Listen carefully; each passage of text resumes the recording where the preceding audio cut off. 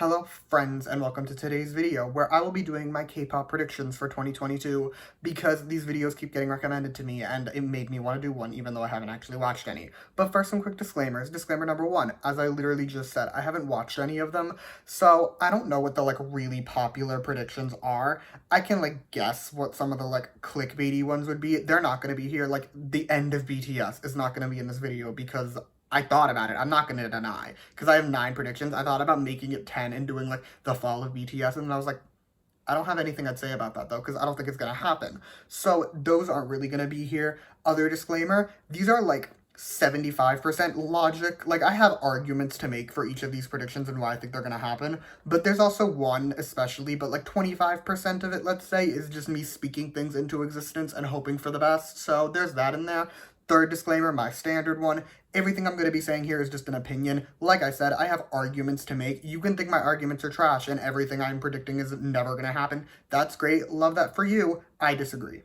Prediction number 1, 2022 will hopefully be the year of IVE. Listen to why I said hopefully. I don't trust Starship to treat them right. They haven't been doing enough for Cosmic Girls for years now. They've been giving Cosmic Girls dust for at least 2 to 3 years, so I don't trust them to treat IVE well. But if Starship isn't stupid, they'll give them at least 2, if not 3 comebacks in 2022. And if they do that, I actually think they could be the next Sistar, the next top girl group, literally redefining K-pop trends, doing all of it, and I would love to see it. Prediction number 2, 2022 will also be the year of ENHYPEN. So listen, I got a comment on my top 10 artists of 2021 about why isn't ENHYPEN here? ENHYPEN isn't here yet for 2 reasons. One, I didn't like Drunk Days, so that already knocked them out. But reason number 2 was I didn't want to call it too soon and be this was their year, they had a great year in 2021, because I think 2022 is going to be ENHYPEN's golden year for sure. That's actually going to make them one of the top 3 boy groups, at least internationally. They kind of already are, but for realsies internationally, top 3, just because hear me out. They had a phenomenal year in 2021. I'm not going to deny that. Their full broke 1 million copies. But listen, they're having a repackage in January. They could theoretically do a mini in May, another repackage in July, and then a year-end album. Maybe even a year-end repackage depending on the time. And before you be that's so much, they're never going to get any rest, let them rest. It's not that crazy for a group that's 2 years old to do 3 to 4 comebacks in a year. Twice did it. Twice did it in 2017. So are you really going to tell me ENHYPEN's bigger than Twice? They're not. So I could see it happening and I want it to happen. And if it happens, I actually think by that last album, they'll be out here selling 3 million copies. Maybe not 3, but definitely 2. Just out here thriving, and I would love to see it. So big hit. Please make this happen. Prediction number 3 is one I've already mentioned, but I'm putting it here because it fits. That is the return of 101. Listen, I said this when I reviewed the Mamas performances, but I'm going to say it again in case you didn't watch that video. Listen, their reunion, to me, was a way to test the waters and see by Mnet if people still care after learning that the entire show was rigged. Actually rigged instead of fake rigged. Because people didn't know when 101 disbanded, and people loved 101. So I think this was their way of seeing, oh, do people care? People definitely care. Given the response, people care. So I think there's going to be a 101 comeback. Also, they gave them a new song. Why would they give them a new song to perform it once? It doesn't make sense. I think there's going to be a new album. They're going to release that song they did at the Mamas as a digital single to be listen guys, here's a single. We're going to have an album soon. Get hype. It's going to be a moment and I'm going to love it. Prediction number 4 goes very hand in hand with prediction number 3. That is going to be that this is just the year of reunions in general. Listen, first of all, there have been talks of an HOT reunion for years now. 2NE1 has been saying some things that gives me an impression we might get some stuff.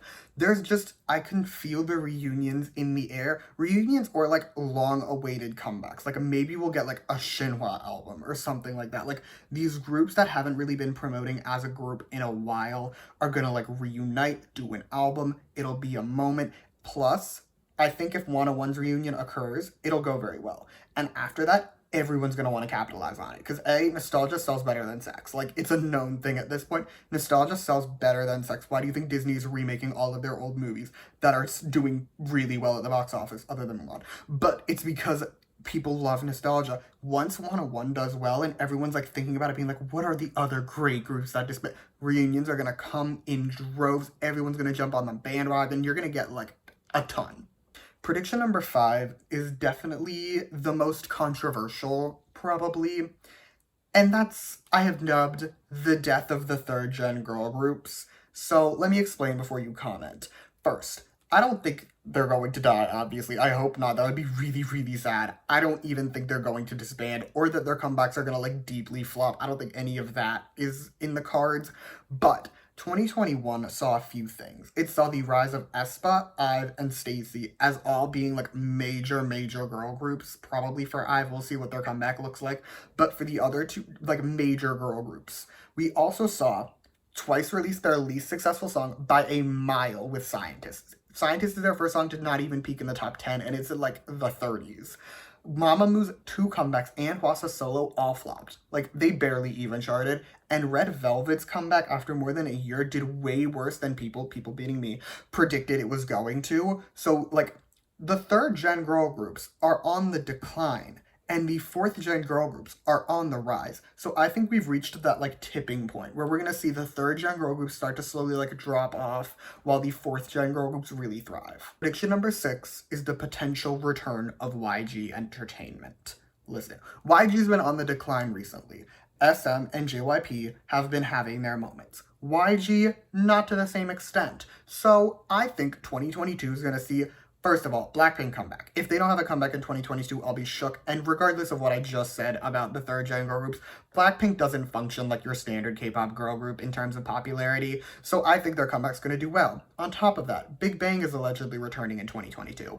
Big Bang's comeback has been like hyped up at this point to such an extent, it's going to do well. Their comebacks did well before it got crazy hyped up. It's definitely going to do well. YG's new girl group is also supposedly debuting in 2022. Based off their 2 other girl groups, I have high hopes for this girl group.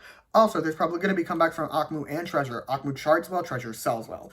2022, I am predicting, is basically going to be like YG's biggest year in at least like 4 years.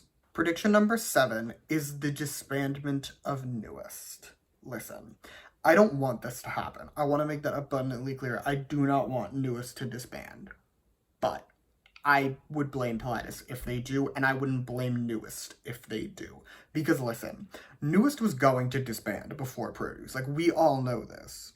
Then Produce happened, and NU'EST got crazy popular, they renewed their contracts. Then Pledis didn't really give them much to do. They gave them 1 album a year, and then locked them away until end of year ceremonies and awards and whatevers. So, I think at this point, NU'EST, when their next round of contracts expire, which based off what I know of contract renewals, you usually renew for 3 years. I think NU'EST is basically going to be like, screw you, Pledis. You're not giving us anything. We can go somewhere else. And I think that's going to happen. And I'm not looking forward to it. But at the same time, I can't really blame them. Prediction number 8, Attention disbandment. I know this is far less controversial just because they have less fans and no one really cares about them anymore. But like, Top Media, I don't even think they're even going to, like, offer them a renewal. If they do, it's probably not going to be taken. Like, if Top Media wanted Attention to keep going, they'd put Useok and Jinhyuk back in the group for their promotions. And they haven't. The fact that Useok and Jinhyuk have been absent for years says everything about what Top Media wants Attention to be. Because Attention, if you put them back in, they're popular soloists. So if you put them in Attention, more people would pay attention to Attention, and Attention members would get more fame. It's just, Top Media basically screwed Attention over. I think they're going to disband in 2022. That is all I have for you today. Thank you so much for watching. I know in my intro I said I had 9 predictions. Turns out I skipped the number 7. So we really had 8 predictions, but whatever. Either way, thank you so much for watching. Feel free to comment your own predictions down below as well as your thoughts on mine. You can also like and subscribe if you want to or don't. I will be okay either way. Also, if you want to hear more from me, you can follow me on Twitter at @s_album reviews. I will link that in the description. And yeah, thank you again for watching. Bye!